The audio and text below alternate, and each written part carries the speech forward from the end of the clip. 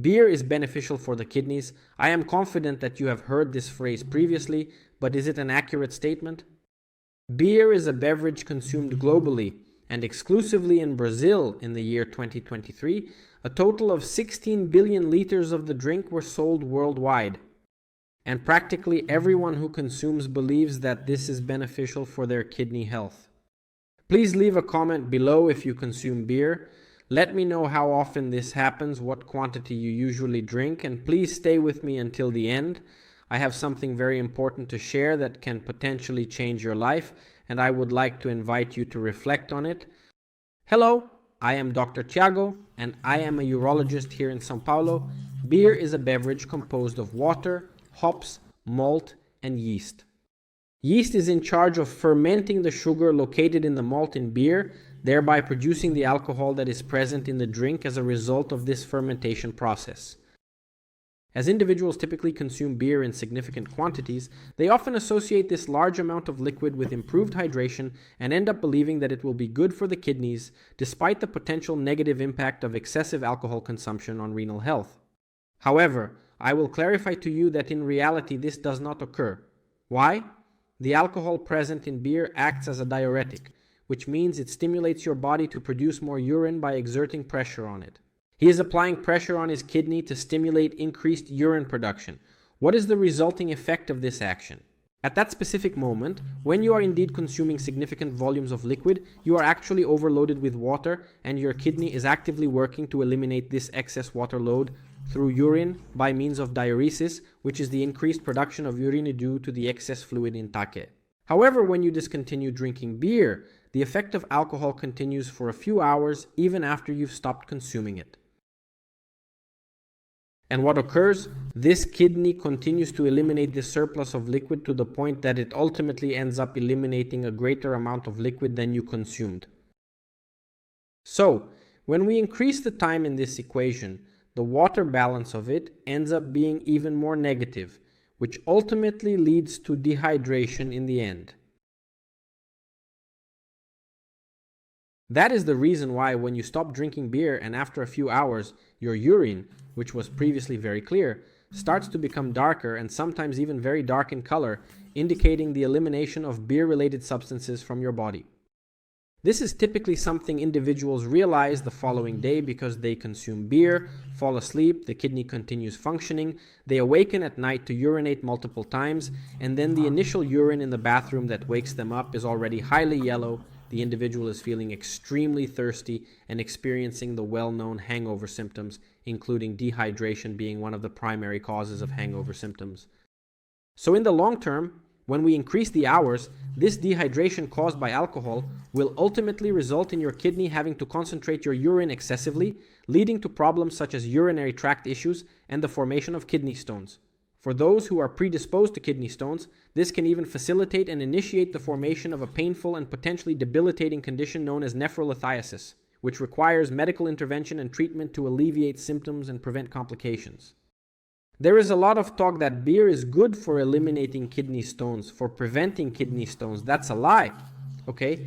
Beer, when consumed in excess due to this long-term dehydration effect, it actually increases the chance of you having a kidney stone. Furthermore, alcohol, when it comes into contact with our intestines, greatly alters the microbiota of our intestines, which is our intestinal flora. No wonder that when you drink a lot of beer, the next day you have diarrhea. This intestinal flora helps in our digestion process. So if you consume in excess, you end up killing some bacteria there in your intestine, altering that intestinal flora, which will cause diarrhea.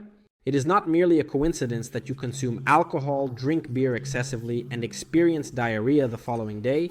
This is not a coincidence. It is due to the fact that you have modified your intestinal flora. And the alcohol, once it is absorbed, it will pass through the liver and undergo metabolism right there in the liver, where it will be broken down. The first stage of alcohol metabolism is the conversion of alcohol into another substance called acetaldehyde. This particular substance is incredibly toxic to our body. It poses a significant threat to both the liver and our other tissues, as well as our other vital organs, causing severe harm and potential long-term damage. And then shortly after, it is converted into acetate. The big issue is that when this is consumed in small quantities, our body can usually handle this quick conversion. The issue is that when people consume alcohol excessively, and that includes beer, our body has a conversion speed and you start to increase a lot. The quantity of alcohol, which leads to the accumulation of acetaldehyde in our body as a result of this process.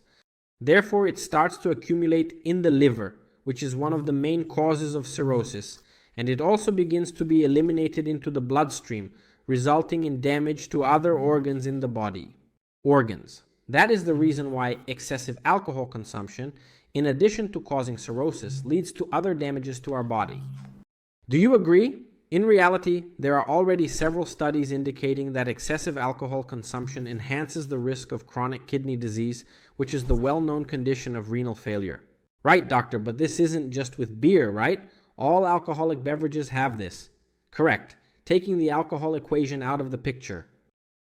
That would already be a valid reason for you to cut down on your beer intake. Beer is known to be a highly caloric beverage that can contribute to weight gain. A single can of beer typically contains approximately 150 calories. If individuals were to consume only one can, it would not have a substantial impact on their daily lives and overall calorie intake. The problem is that people don't just consume one can. We know that people who drink beer really have the habit of drinking several, even liters of beer in just one day, and this will cause you to have an excess of calories in your body.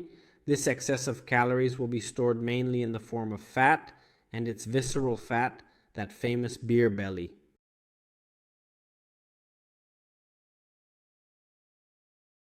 This visceral fat greatly increases the likelihood of developing high blood pressure and type 2 diabetes, which are what?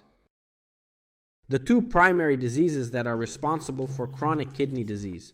Moreover, in addition to the aforementioned alcohol effects, there is also the presence of caloric intake in beer that contributes to this condition, which ultimately ends up being harmful and detrimental to our body.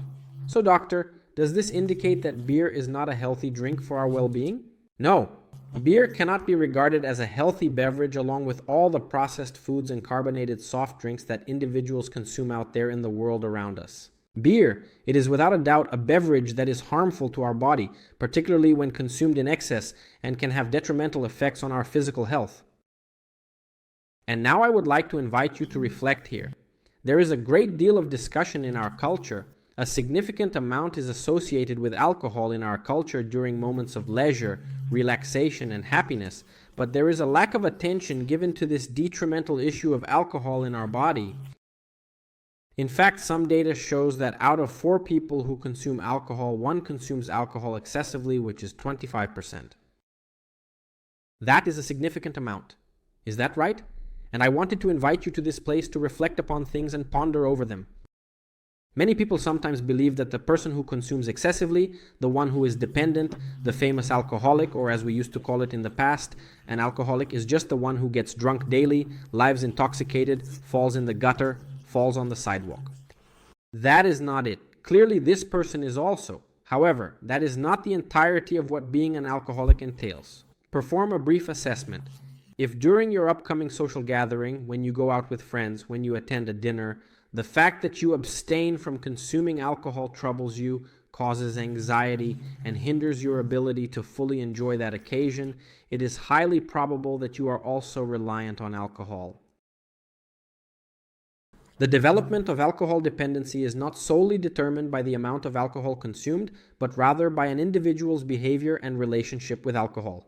These drinks were made to be enjoyed, not to be abused. It's for you to appreciate the flavor. Oh, I truly enjoy beer, but I will have to cease. Acquire the ability to appreciate the beverage in limited amounts. Enjoying the drink doesn't mean drinking liters, having a lot of beer, consuming a lot of alcoholic beverages. Finding joy can at times be as simple as sipping a glass of beer. It's already adequate for you to savor the pleasure, to relish the taste, and indulge in the moment. Not to have the detrimental effects that I just discussed with you in this video. So, if you're feeling uneasy with this video that, wow, I consume a large amount of beer, this may be causing harm to my body, but I cannot stop, seek assistance. This will be extremely crucial for you and your well-being. Agreed? Just to reinforce, do not overlook or dismiss this information. Take time to contemplate it, and if needed, reach out for assistance or support. Additionally, I trust that you found this video enjoyable. If you desire to continue enhancing your overall health in addition to your kidney health, in the video description provided below, there exists a hyperlink to my website and my additional social media platforms where you will discover reliable information, health information that is supported by evidence. Also, like this video, subscribe to the channel. I'm Dr. Tiago, sending you a big hug, and see you in the next video.